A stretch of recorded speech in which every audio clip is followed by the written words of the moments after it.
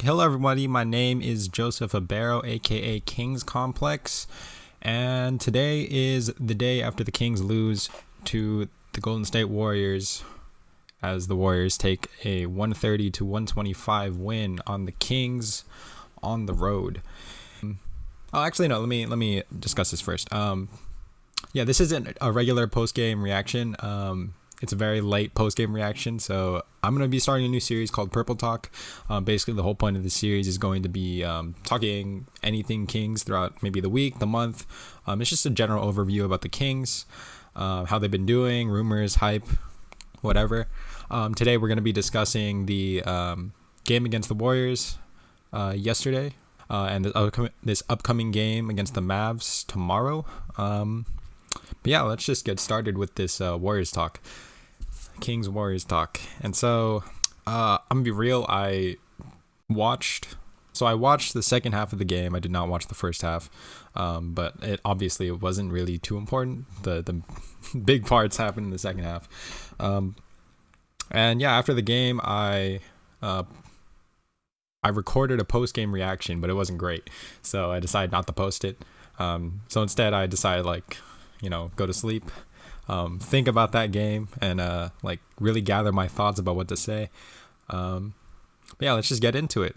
So prior to this game, the Warriors were coming off their loss against the Raptors, and the Kings were coming off their big win against the Timberwolves. So we were coming in hot. Something very interesting before the game was that this whole week, these past couple of days, Katie's been really complimenting the Kings. Which is really surprising to me. I'm not really used to this. I'm sure we're all not used to this. But yeah, I'll just play a clip from what he said on Bill Simmons' podcast. Playing fast. He putting the ball in his players' hands and letting them be, giving them opportunity to be, take advantage of that opportunity they have, and putting them in great positions to be successful. And I'm like, that's a sign of a good coach. And, you can tell his players like that. Yeah, I think they're going to be lingering for a while. I think Fox might be special. He is. Special. Yeah, I think he's a lottery pick, though. He's a possible All NBA guy in a couple years. I like how infectious he is too. He's just so happy. His speed, man. He loves basketball. Yeah. And then he also said some great things about us in this tweet. That they're starting to come together even more and present a great product of basketball on the floor. So. Hopefully, guys start to look at this place as somewhere they want to go. I mean, new arena, new fan base is pretty excited about the team. So anything can happen in the NBA. All you need is just one guy. Yeah, crazy stuff, right? Something also interesting too is that Troy Williams was sent to the G League. Not really sure the reasoning why. I know he had a few days left on his two-way contract. He was sent back down. I'm assuming they're gonna try to give him a full-time contract or a full NBA contract. And man, Troy Williams would have been a really, really important piece for this game, especially since Shumpert went down, Bagley went down. I really like his energy. He would have been great energy source for us this game. Basically, just to summarize this game, at the half, the Kings were down by 10-ish against the Warriors with 70-something to 60-something. That's when I started watching the game. From what I heard is that the Kings were struggling from three. But we were still sticking into it. It was a really entertaining first half. But for the most part, nothing too important. Basically, the first half of the third quarter, it was back and forth, nothing too major. Then we started to close out the third quarter really well. I think they put in their bench, and the Kings started to play really well. I think one of the biggest problems that we were having, though, was that we still couldn't hit threes in that stretch. We were still getting some stops, but we also could not rebound at the same time. So they were getting a few second and third opportunities. When I mean the Warriors in that case. Yeah, start of the fourth. Our bench stayed in, and our bench outplayed the Warriors bench.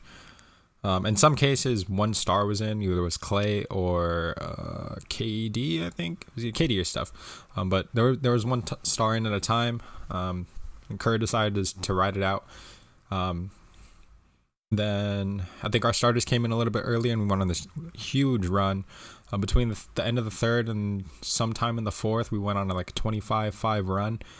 That led to us being up by 10 with around 3 minutes left. It was crazy. From watching it at home, I could just completely hear it on. I could see and hear the arena and like how crazy it was. Just from home, it felt like a playoff atmosphere. But I think if you watch the game, as you know, with around 3 minutes left, the Kings had a turnover. Fox was the only one back. It was the 3-on-1, and then Fox decided to take the smart foul.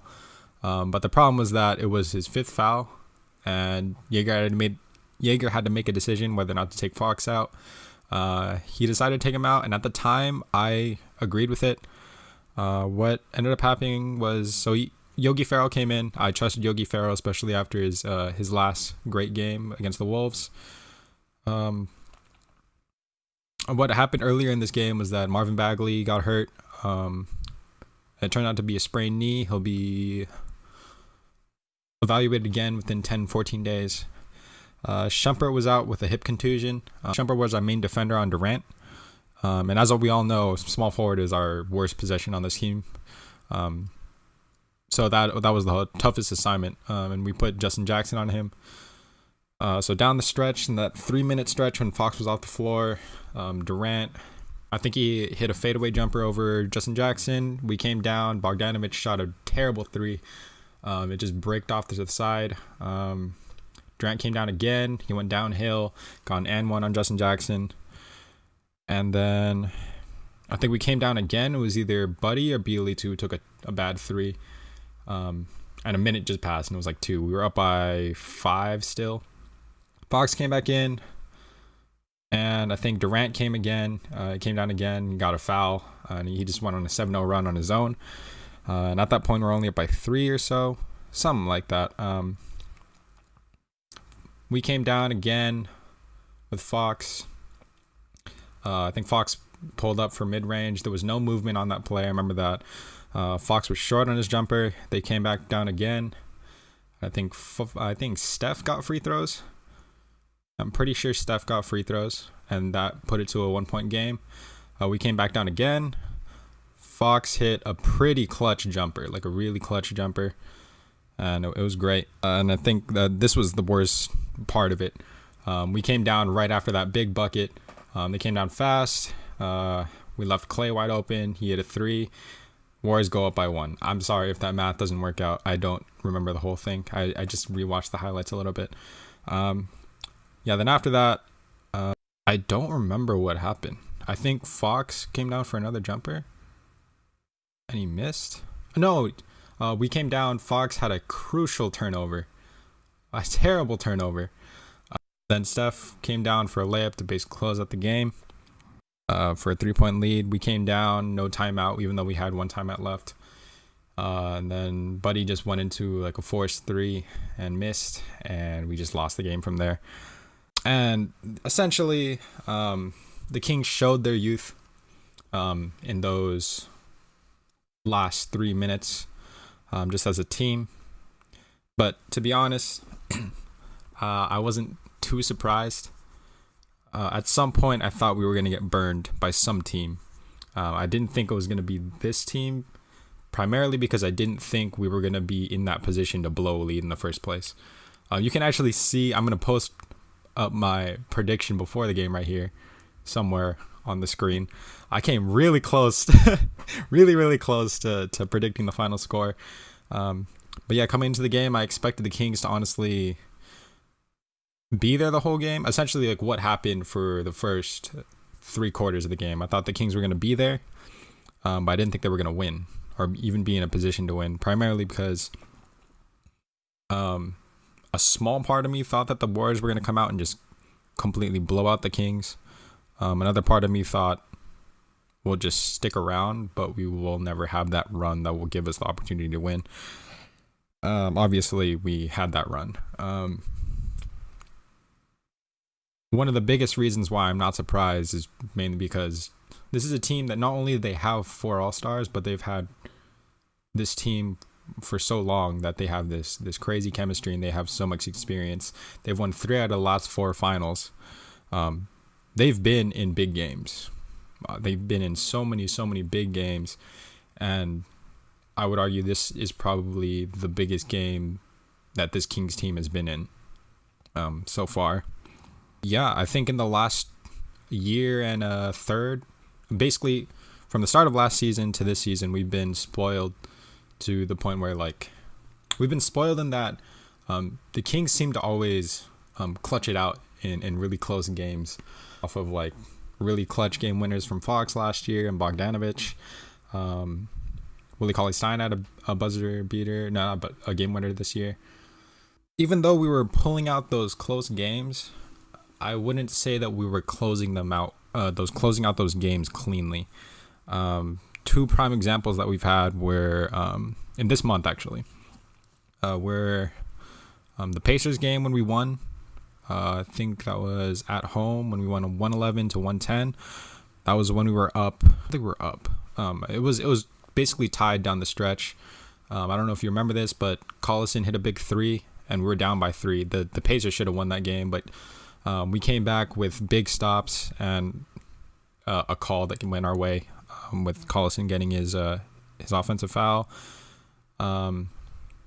But even in that game, we had shaky moments down the stretch, or down in that really clutch time, with Collison getting, I don't know if you remember it, but the final play was a jump ball with Collison and healed. And Collison got the ball back and almost made it.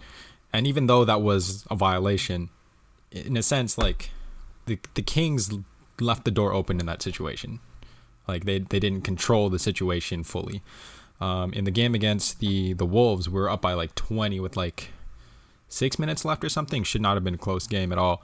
But, you know, everyone is in that mindset, yeah, this game is over. Then the Wolves started to chip, come back. Teague had that huge dunk. And if he didn't pick up a technical, I honestly think the Wolves had a chance to complete that comeback. But we hit a couple big shots at the end. And to be honest, we played the end of the Wolves game very similarly to this game. In the last 3 or so minutes, there was no real ball movement in the half court. We would kind of just like toss it to Bogdan or Bielitsa or somebody and hope that they made that 3, the semi-open 3. And in the Wolves game, they just happened to fall. In this game, we were really struggling. They didn't fall. And you could kind of see we didn't have that guy that we could go to right at the end of the game. And I think everybody had a try at the end. Bogdan had a try. Buddy Hield had a try. De'Aaron Fox had his few mid-range jumpers. They didn't even try to run too much pick and roll. Yeah. But at the same time, I don't think I could fully say that they were playing to lose. You know, we've been playing like that all season long, and it just happened to work. It didn't work this time against a very experienced team. Durant basically took over. He started going downhill, catching fouls. They knew how to play in those 3 minutes. They knew how many possessions they needed. And they just executed every time they had the ball. They got key stops, and you could see they had essentially all-world defense. Like, that defense is what got them championships. It was great to see that, you know, they put Draymond on Fox, and that was like a total respect move. But yeah, did the Kings choke? Yes, absolutely yes. Is it as bad as that blunt statement says? I don't think so. I think there's a lot to learn from this. This is a completely young team, and you know, a lot of people were saying no moral victories yesterday, but you know, you can say no moral victories, but you know, I feel like this team needs to have a growth mindset. Just look at the positives and negatives, not really focusing on, oh, we didn't win the game. I think they need to watch that. I know Jaeger's in there showing them the film, teaching them what went wrong, what needs to happen. I trust in it. Hopefully they'll get better down the stretch. And if anything, this regular season game doesn't matter. Like, If they win, it's a win in the win column. If they lose, it's in the loss column. It's not like we're in a 7-game series and we lost and we're out of the playoffs. If anything, I'm really glad they were in this situation so they can learn from it. And, if we do end up catching a playoff spot, that 8th spot, playing against the Warriors first round, this is a really good experience leading up to that point. But yeah, it is rough losing to the Warriors in a really heartbreaking way 2 times in a row. But if you take preseason expectations into account, this team shouldn't even be in that position at all 2 times in a row. And this team's spoiling us into really thinking that they're contenders. But it's really important to keep perspective, and to keep realistic expectations for this team. I'm really glad they were there to compete. I'm proud of this team, and we'll just see how it goes on moving forward. Like where we're going from here. We got the Mavs tomorrow, the big matchup against Luka. Dirk is back. The Mavs have been on a roll, just like the Kings. They're 5-2 in December. The Kings are 5-2 in December. And Luka's been getting a lot of attention, just like Fox. And yeah, well, honestly, we'll see how it goes. I haven't really watched a Mavs game, so I don't know how they play or anything. Some things that I'll be looking into in that game are like how this team bounces back. Something that's really important is this team like forgets this, not really forgets the loss, but like keep moving forward. And they stay locked into the next game, looking to get another win. Hopefully they can bounce back from this really rough loss. I think this is another really big test, seeing how this team bounces back from a really rough loss and seeing how they grow. And it's going to be a really rough stretch because we don't have Bagley for a couple of weeks. Shumpert might be out this next game, so it's up to a couple of guys to step up. Yogi Ferrell, Justin Jackson come to mind. Maybe Harry Giles, who knows? Harry Giles, I still believe in him. He's still really rough in his game in terms of defensive capabilities. He fouls a lot. Maybe Bielitsa gets more run, maybe Costa gets more run, but we'll see. Hopefully, Fox, Buddy, and Bogdan, those are the 3 keys I'm looking forward to seeing bounce back. Hopefully they come back with a vengeance. Maybe the Mavs come back with a vengeance. They just took an L to the Suns, which is really surprising. But yeah, we'll see how the Kings step up in adversity. We'll see how they end this December. This second half is rough. We got the Clippers, we got the Lakers twice. I think we got the Grizzlies, some other teams, I don't know. But I don't know, we got hopes. We got real big hopes. And we flipped that switch real quick. From just lottery team to being upset over a really, really rough game that we expected to win. I'm sorry for the really sad tone. It is what it is. Move on with the next one. All right. Let me know how you feel about this somewhat new-ish format. It's probably the same as any of my other videos. But yeah, let me know if there's anything you guys want me to cover or anything. I got you. I'm working on a blog. Because it takes me a really long time to make some videos, so it's a lot easier to write up a blog. Maybe post a blog before I post a video about it, but I'll link it down in the description if it's ready. We'll see. My socials will also be down in the description: Twitter and Instagram. I'm on Twitter a lot. I always live tweet games. So yeah, catch me there. All right. If you got to this point in the video, since it's so late, comment, pray for Bagley. All right. I'll see you in the next one. Peace.